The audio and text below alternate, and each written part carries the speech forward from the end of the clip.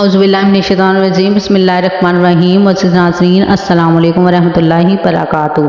कदीम ज़माने में हवा में उड़ने वाले तख्त को सिर्फ तिलस्माती और देवमलाई किस्सा कहानी का हिस्सा समझा जाता था, लेकिन इस जदीद दौर में साइंसी तरक्की के ज़रिए बनाए गए हवाई जहाज़, रॉकेट और जेट प्लेन ने यह साबित कर दिया है कि बनी नूह इंसान के लिए हवा में उड़ना कोई मुश्किल काम नहीं है।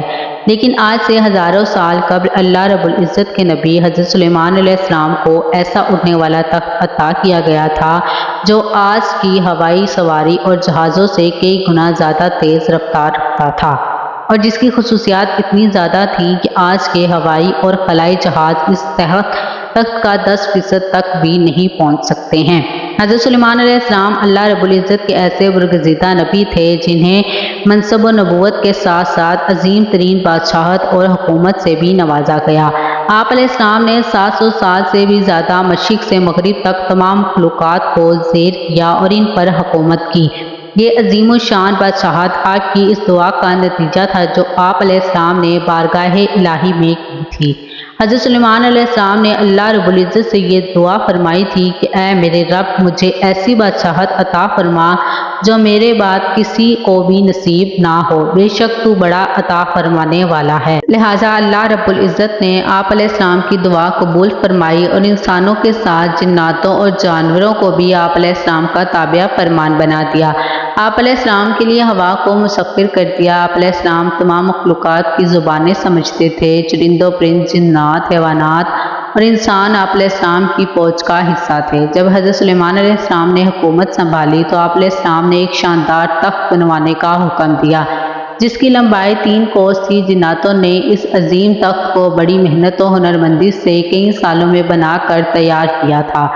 ये तख्त हाथी के दांत से बनाया गया था जो लाल, फिरोज़ा, ज़मुर्द जैसे पत्थरों से तैयार था, और इसके चारों तरफ सोने की ईंटें लगी हुई थी। तख्त के चारों कोनों पर ऐसे नायाब दरख्त थे जिनकी डालियां सोने की थीं। इस तख्त के दाएं बाएं 1000 सोने की कुर्सियां लगाई गई थी जिन पर सुलेमान अलैहिस्सलाम के वज़रात और दरबारी बैठते थे। इस तख्त को तख्ते ताऊस भी कहा जाता है। जब हज़रत सुलेमान अलैहिस्सलाम इस तख्त पर तशरीफ़ लाते तो तमाम परिंदे तख्त के ऊपर मुअल्लिक़ होकर आप अलैहिस्सलाम के सर पर साया करते थे। जब हज़रत सुलेमान अलैहिस्सलाम हुक्म देते तो ये तख्त हवा में मुअल्लिक़ हो जाता और हज़ारों कोस का सफ़र चंद लम्हों में पूरा कर देता। आप अलैहिस्सलाम इस तख्त पर बैठकर चंद घंटों में एक मुल्क से दूसरे मुल्क का सफ़र किया करते थे।